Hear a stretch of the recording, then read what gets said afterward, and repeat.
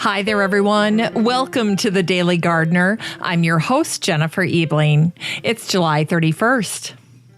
Did you know that poppies were Christopher Lloyd's favorite flower? In his short essay about poppies, he introduces Goliath poppies, which grow to 4 feet tall and offer the largest blooms of any poppy.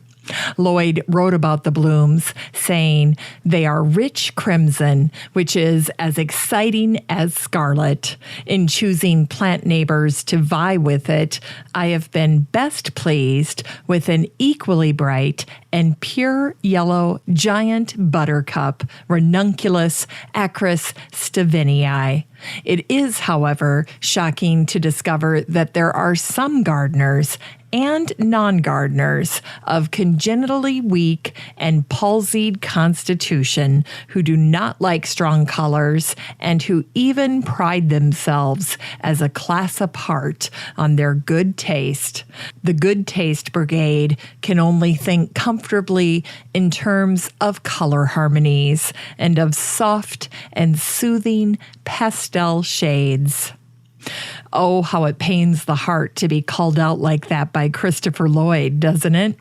Well, even though he thinks we're too meek when it comes to color in the garden, we're in violent agreement when it comes to procurement. You'll love this little snippet about how he came to own the poppy beauty queen. "I took a fancy to Beauty Queen in a friend's garden in Scotland in June when it was flowering, and received permission to take a piece. When you see a plant that you must have, the answer to the question, 'Would you like some at the right time?' should be, 'I'd rather have it now, right time or not.' Otherwise, the right time will surely slip by. The transference of the coveted piece from central Scotland to the south of England or from California to Maine will be inconvenient, and all you'll have is a gnawing gap in the pit of your wish world." Here is today's Brevities. It was on this day in 1703 that Daniel Defoe was made to stand in the pillory in front of the Temple Bar. The pillory was basically a stockade. The hands and head would be caught between 2 large beams of wood. It was horrible, and it was usually reserved for the most hideous crimes. When Defoe was convicted of sedition, the crowds did their best to show support. They threw flowers at his feet instead of mud. And it's the birthday of Mary Vaux Walcott, born in Philadelphia today in 1860. Gardeners know Walcott for her work as a botanical illustrator. She meticulously created watercolors of plants and flowers, and she's known as the Audubon of botany. Walcott became an illustrator after being challenged to paint a rare blooming arnica. Although her effort was just a modest success, it encouraged her to pursue the art. In that pursuit, she met Charles Doolittle Walcott. They were both doing field work, and they found they were equally yoked. They married the following year. At the time, Charles was the secretary of the Smithsonian, and that's how Walcott came to develop the Smithsonian process printing technique. Walcott's 5-volume set entitled North American Wildflowers showcases the stunning beauty of everyday wildflowers, many of which are at peak bloom right now. And today's the anniversary of the death of Richard Morris Hunt, who was an American architect during the Gilded Age. In the world of horticulture, Hunt is known for his collaborations with Frederick Law Olmsted. They worked together on the Vanderbilt Mausoleum and the Chicago World's Fair. Their ultimate collaboration occurred in Asheville, North Carolina, where they worked together to design the gardens, house, and village for the Biltmore estate. Hunt is often recognized as the Dean of American Architecture. Although Hunt and Olmsted had history, they clashed over Hunt's design for the southern entrance to Central Park. Hunt had won the competition to design it, but Olmsted and Vaux rejected Hunt's glorious design.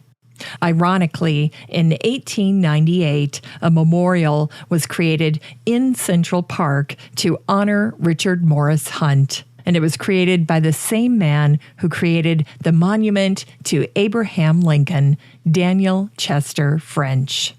And it was on this day in 1972 that the horticulture program at the Smithsonian Gardens was established by Sidney Dillon Ripley.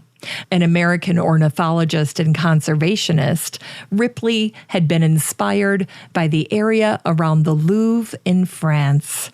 In 2010, the horticultural program was renamed the Smithsonian Gardens to recognize the role that the gardens play in the visitor experience. In Unearthed Words, here's a poem by Robert Frost called Lodged. This is a short garden poem. In 6 little lines, Frost connects himself to the flowers, pelted by wind and rain, yet through it all, managing to survive. The rain to the wind said, "You push, and I'll pelt." They so smote the garden bed that the flowers actually knelt and lay lodged, though not dead. I know how the flowers felt. Today's book recommendation is Gardenista, the definitive guide to stylish outdoor spaces by Michelle Slatala. Slatala's book was named the best gift book for gardeners by the New York Times.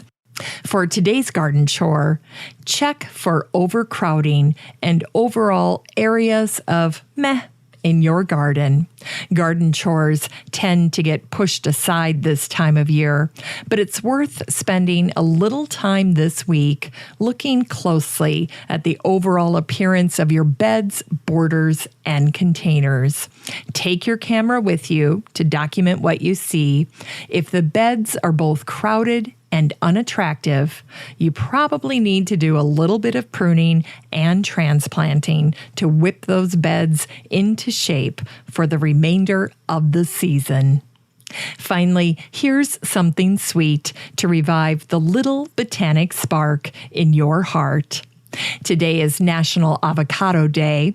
Avocado is a fruit, and it was originally called an alligator pear by Sir Hans Sloane. Don't forget that the skin of an avocado can be toxic to cats and dogs, but the flesh is actually higher in potassium than bananas. And finally, the conquistadors used avocado seeds to write. It turns out that the avocado seed produces a milky liquid that changes to the color red when exposed to air. Thanks for listening to The Daily Gardener, and remember, for a happy, healthy life, garden every day. The Daily Gardener is produced weekdays in lovely Maple Grove, Minnesota. You can find complete show notes over at thedailygardener.org, and be sure to share the show with your garden friends. You can find The Daily Gardener on all your favorite social media, Instagram, Twitter, and Pinterest, and of course, Facebook. While you're over at Facebook, don't forget to join the Daily Gardener community. Just search for these 3 words, Daily Gardener Community. The group will pop right up, and then request to join. Finally, I want to thank my team at Podfly Productions, where my fabulous editor is Eric Begay. Have a great day in the garden, and we'll see you tomorrow.